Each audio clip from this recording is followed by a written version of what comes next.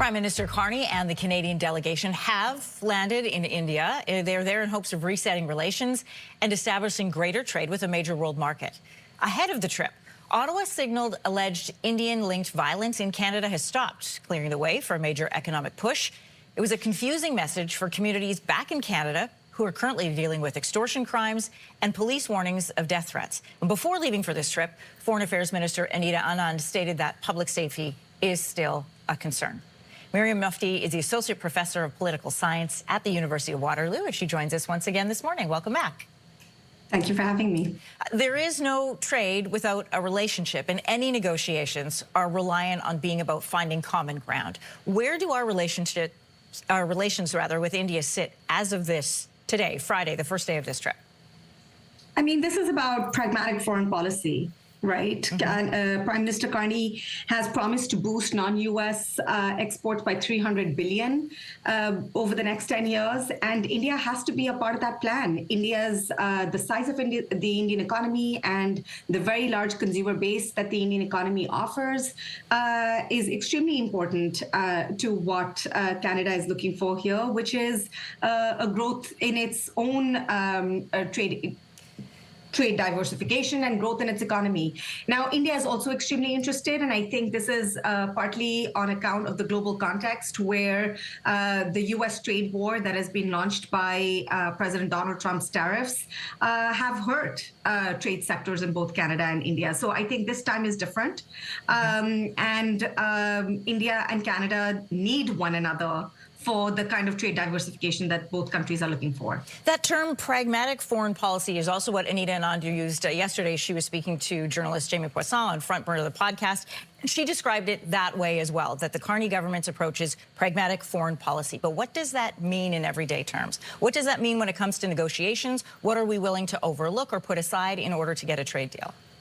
Right, so this trip is all about business. Right. There is, I think, a laser focus on what it is that the Canadian government is trying to achieve over here. The first is, of course, a reset in the Indo-Canadian relationship, but mostly for the purposes of growing the Canadian economy. That's what Canada is looking for, and that's why the use of the word pragmatic. Now, it does mean that the Canadian government may have to set aside some of those accusations that were made in 2023 by the Trudeau government against the Indian regime, and the Canadian government is claiming that those considerations have been taken into account and that they have been dealt with.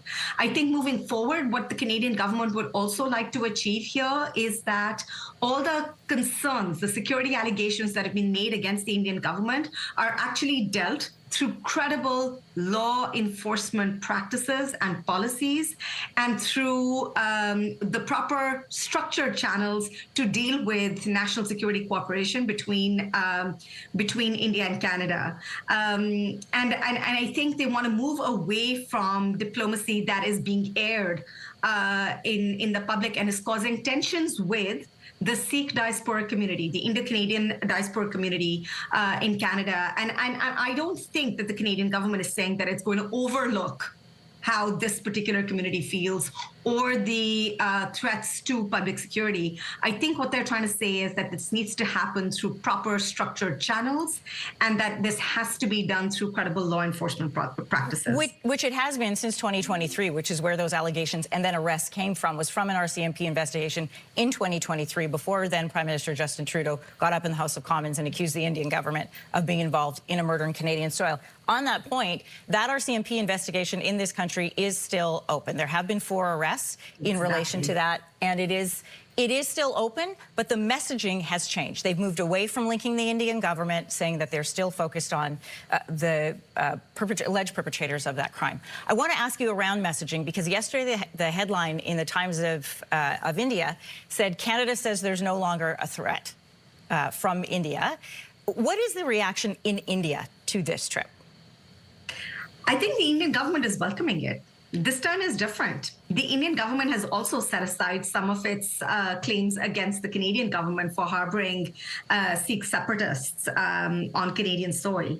And for this and the Indian government is welcoming this particular opportunity. I think the start of the thawing of relations, or this rapprochement, began in Alberta last year when Prime Minister Mark Carney invited Narendra Modi to visit the G7 meeting. And I think on the sidelines of some of these global governance fora, the Canadian government has made this interest very, very clear towards expanding the economic relationship between the two countries, and the Indian government has welcomed it. And the Indian government also, given the global context of U.S. protectionism, is looking forward to rebuilding the relationship and the lost time since 2023.